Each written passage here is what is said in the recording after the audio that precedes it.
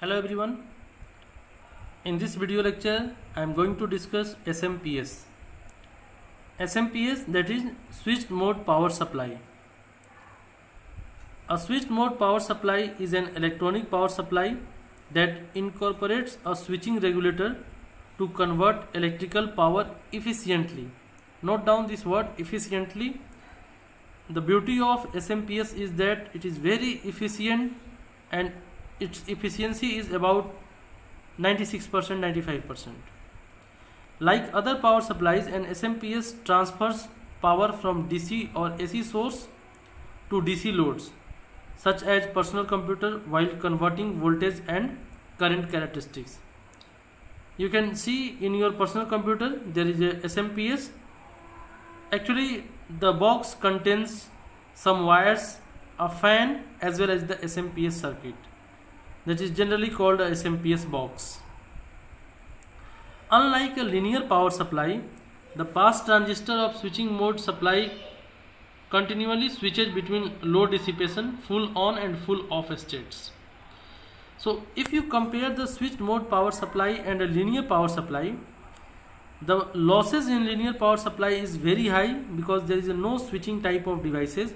However, in SMPS there is a high frequency switches are available, and only in, you can say, between on off and off on, which is very less time, very less time, there is a power losses, and hence ideally you can say there is a no loss in SMPS, but practically there is a small losses, and spends very little time in the high dissipation transition, which minimizes wasted energy. Voltage regulation is achieved by varying the ratio of on to on off time. You know, this ratio is known as duty cycles. So duty cycle is defined as T on divided by total time period T.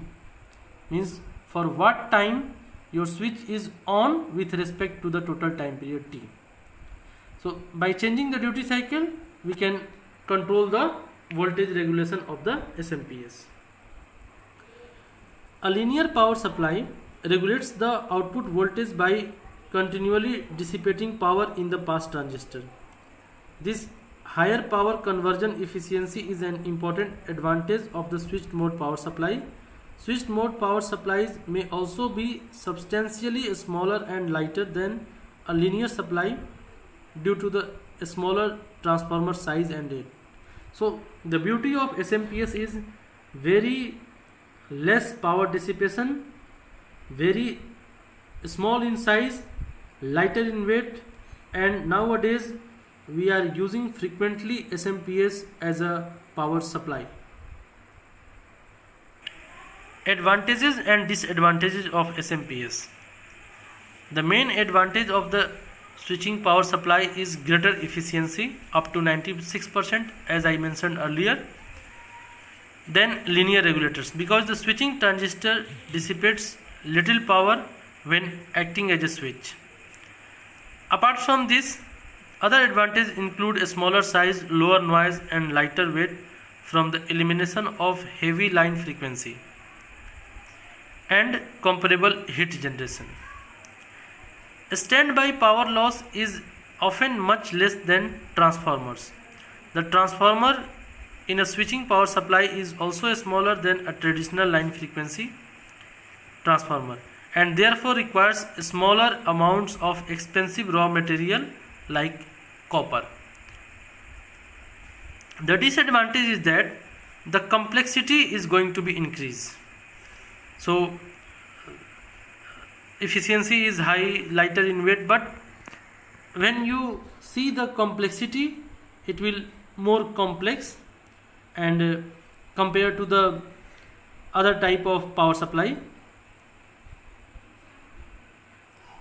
Apart from this, the cost of SMPS, very low cost SMPS may couple electrical switching noise back onto the mains power line, causing interference with devices connected to the same phase. So we cannot opt the very low cost SMPS for a good supply. So if you compare the cost is not so effective, but however in these days you can find SMPS devices in a average cost, you can say average cost.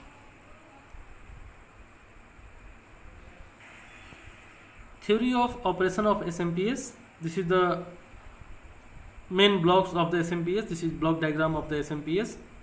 Now let us understand the function of each blocks.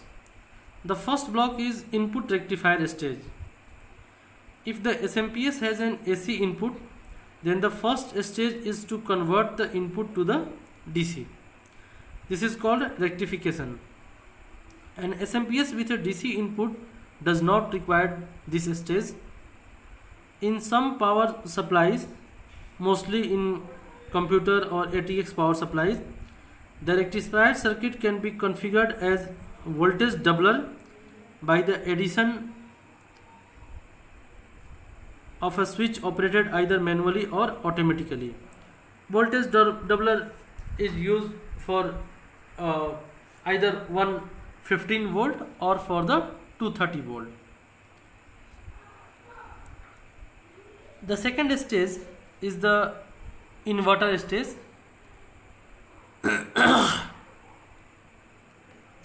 The inverter stage converts into the DC.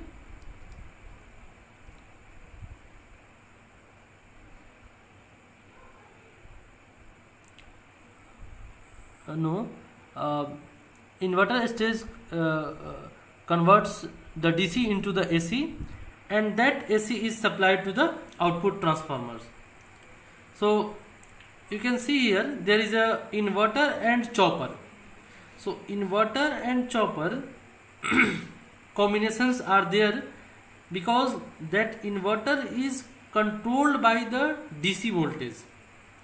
That is, it is a PWM type inverter, and for PWM type inverter there must be a requirement of control for the duty cycle, and for controlling that duty cycle here chopper controller is available.